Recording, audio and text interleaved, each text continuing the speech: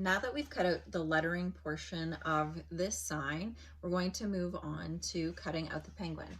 You can see the penguin has multiple dimensions. So in order to do that, we are going to cut it in a stack. So here I have a piece of 1/4 inch and 1/2 inch MDF taped together so that it doesn't move with my pattern on the top. I'm going to cut it out as if it weren't stacked, and then I'm simply going to remove the pieces that I don't need. The one exception here is the face. I'm going to save that part of the pattern. Once I'm done cutting it out, I will remove that section and cut it out separately to avoid having to cut into the pattern. And I also want these to rest on top, just like the sign shows here. So I'm going to cut those separately after I've done the main part of the cutting. So let's get started. Because this is 3/4 inches of material, I'm using a number 9 modified geometry blade.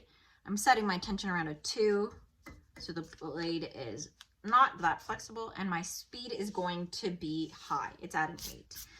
Looking at puzzle cuts, you simply need to look at how you want it to fit back together.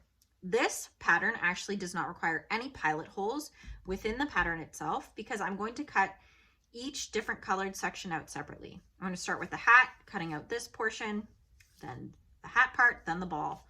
For the face, you can cut out the scarf, which will open up the inside white portions to cut out so that you don't actually need to put a pilot hole anywhere in there. You can cut it out systematically.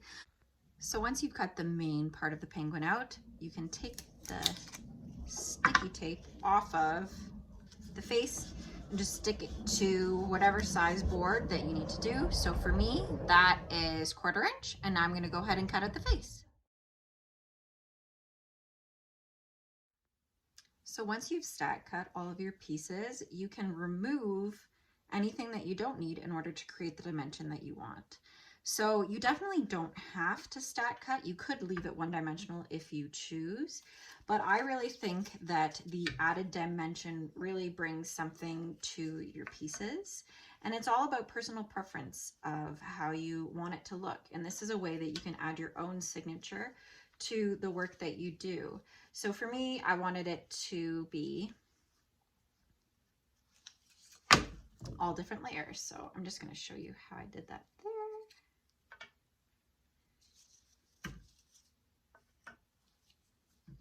And the reason why you want to stack cut is so that everything fits together seamlessly.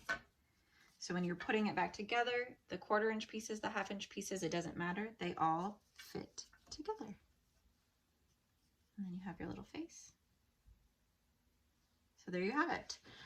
Tomorrow, what I'm going to go through is how to take this cut piece and turn it into this finished piece. So I hope you'll join me again.